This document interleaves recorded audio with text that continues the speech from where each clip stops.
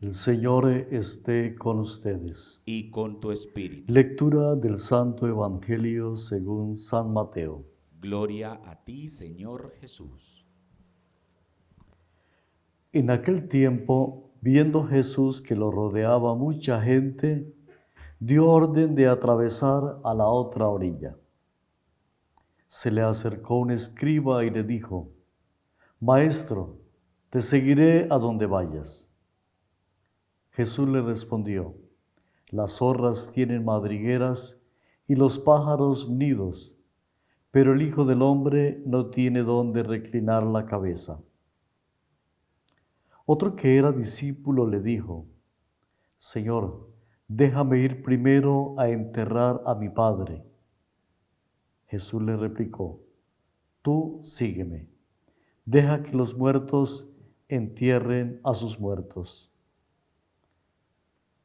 Palabra del Señor. Gloria a ti, Señor Jesús. Hermanas y hermanos,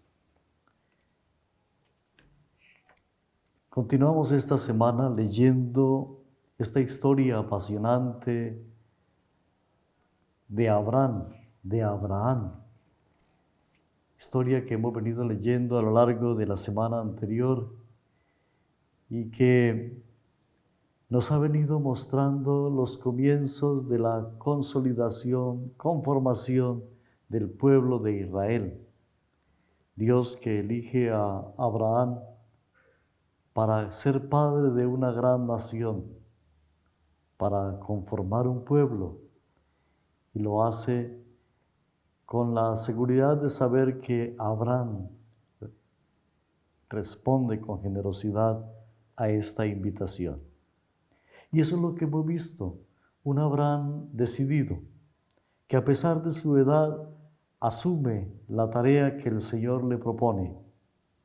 A pesar de su vejez, emprende el camino para consolidar y conformar un pueblo. Y hemos visto en Abraham un hombre de fe. Cree en las palabras del Señor, cree en la palabra de Dios, confía plenamente en la misión que Dios le encomienda, mostrándose como un hombre de fe, como un hombre que acepta y escucha la palabra de Dios. El sábado pasado terminamos leyendo esto que los expertos llaman la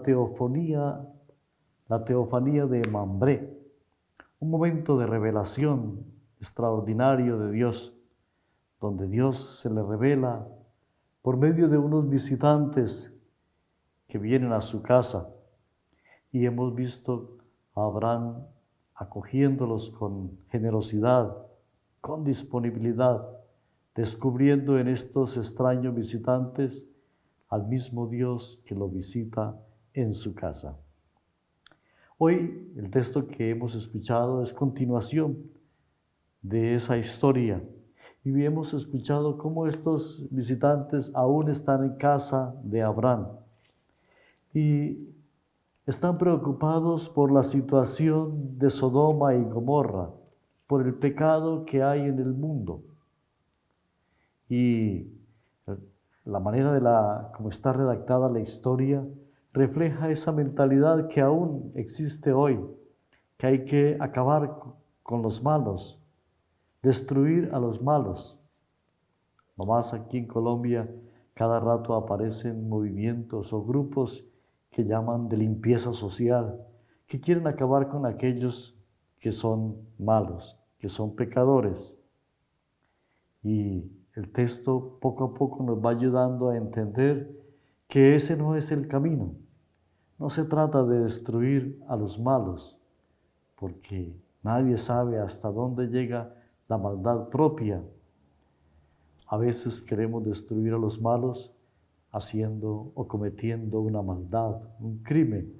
Al final son más malos los que hacen aquellas mal llamadas limpiezas sociales. Y hemos encontrado a un Abraham que le suplica a Dios: si hay solo 50, si son solo 40, si son solo 30, y baja hasta 10. Y Dios le promete que no va a destruir al pueblo. Me parece a mí que ahí hay unas enseñanzas. Primero la primera enseñanza es la fe de Abraham, que pone su confianza en Dios, le suplica, le ruega. Podríamos decir que es un hombre de oración, que está atento a hablar con Dios, a suplicarle por su pueblo y a pedirle a Dios que salve a su pueblo, que no vaya a destruir a este pueblo porque hay algunos pecadores en él. Y Dios se manifiesta como un Dios misericordioso, como un Dios que tiene compasión de su pueblo. Y yo creo que ahí está uno de los objetivos del texto, mostrarnos a un Dios compasivo, a un Dios misericordioso, a un Dios que no está pensando en destruir al pueblo, que no tiene la intención de acabar con nadie. Por el contrario, un Dios que es misericordioso, un Dios que es compasivo, un Dios que escucha la súplica de Abraham, un Dios que escucha también nuestras súplicas. Y hemos leído unos versículos muy cortos del Evangelio de San Mateo, en el capítulo 8. Y en este episodio se muestra a Jesús predicando y en medio de esa situación vemos que hay unas personas decididas a seguir a Jesús. Maestro, te seguiré a donde vayas, dice un escriba. Y otro le dice al Señor que también quiere seguirlo. O mejor, Jesús lo invita a seguirlo. Tú sígueme, deja que los muertos entierren a sus muertos. Pareciera un texto muy difícil de entender, la manera como Jesús habla. Pareciera que seguirlo a Él es como una tragedia, pero tal vez la intención del texto es ayudarnos a entender que nosotros, los seguidores de Jesús, pues tenemos que estar abiertos a la novedad, a esa novedad que es Jesús, a esa novedad que es el reino nuevo. Y ese reino nuevo nos plantea una manera de vivir distinta, unas relaciones distintas. Hay toda una novedad en ese anuncio y en esa vida de reino nuevo que Él nos propone, que Él nos anuncia. Y para eso debemos estar un poco más libres, para abrirnos a la novedad que Él nos propone, para abrirnos a unas relaciones familiares distintas y para abrirnos a la novedad de ese reino nuevo.